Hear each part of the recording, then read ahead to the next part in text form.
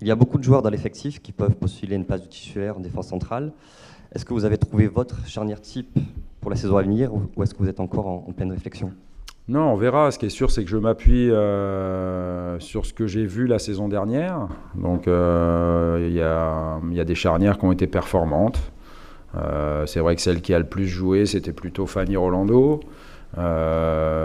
Certic Rolando a été performant avant que Greg Certic se blesse et ne puisse pas finir la saison. Mateusz Doria est en grande progression parce que ça reste un joueur avec un énorme potentiel, mais on a aussi recruté Adil Rami pour nous amener de l'expérience, de la taille, du jeu de tête. On a vu qu'à Glasgow c'était utile, de la puissance athlétique. Donc à eux à la charnière que je mettrai demain, de montrer qu'elle est performance pour durer, parce que souvent c'est comme ça. Il y a un petit peu moins de turnover dans l'axe de la défense.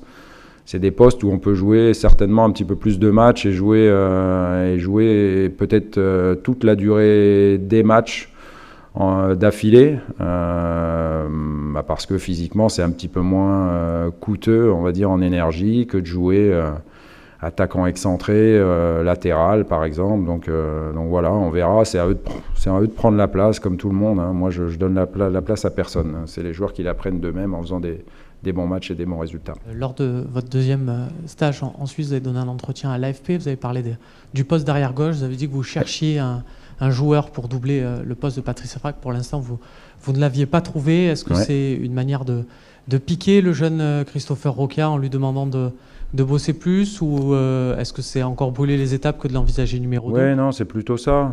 On n'est pas certain, mais on pense que c'est un peu brûler les étapes que de le positionner numéro 2 tout de suite. Et puis après, il a besoin de répondre favorablement, ce que je pense qu'il fera à la proposition de contrat pro qu'on lui a proposé. Voilà. Moi, j'ai été très content des 6 jeunes que j'ai pris à Saillon lors du premier stage.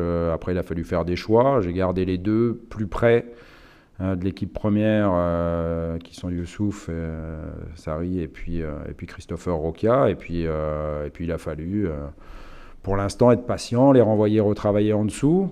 Pas que pour des raisons d'ailleurs techniques. Je pense que ils avaient besoin de retomber sur terre un peu. Ils n'ont pas du tout montré de signes avant-coureurs, de prise de grosses têtes, etc. C'est pas du tout le cas, mais je pense que ça leur fait du bien de retourner avec la CFA.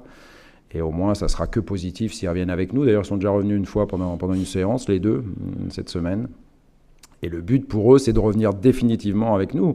On sait que le projet de l'OM, depuis que Franck McCourt a repris le club, depuis que Jacques Henriero en est son président, on sait que ça fait aussi partie du projet que d'intégrer des jeunes joueurs et qui puissent jouer à l'Olympique de Marseille, là où peut-être par le passé c'était compliqué. Maxime Lopez, évidemment, reste l'étendard de cette disposition qu'on veut pour l'Olympique de Marseille, avoir des jeunes talents chez nous et les faire progresser, ou aller chercher des jeunes talents ailleurs aussi. C'est pour ça que je disais que avant que Christopher peut-être ne pointe le nez, on avait certainement besoin de prévoir l'après Patrice Evra, qui j'espère que ce sera le plus tard possible.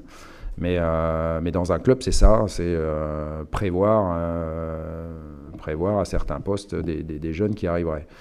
Donc on verra si Christopher déjà reste avec nous, ce que je pense, puisque vous l'avez vu, hein, l'étage de la fusée suivante, ça a été Boubacar Kamara, qui est resté, en qui je crois qu'il faut développer bien évidemment, parce qu'il y a encore du boulot, il est très très jeune, il n'a même pas 18 ans.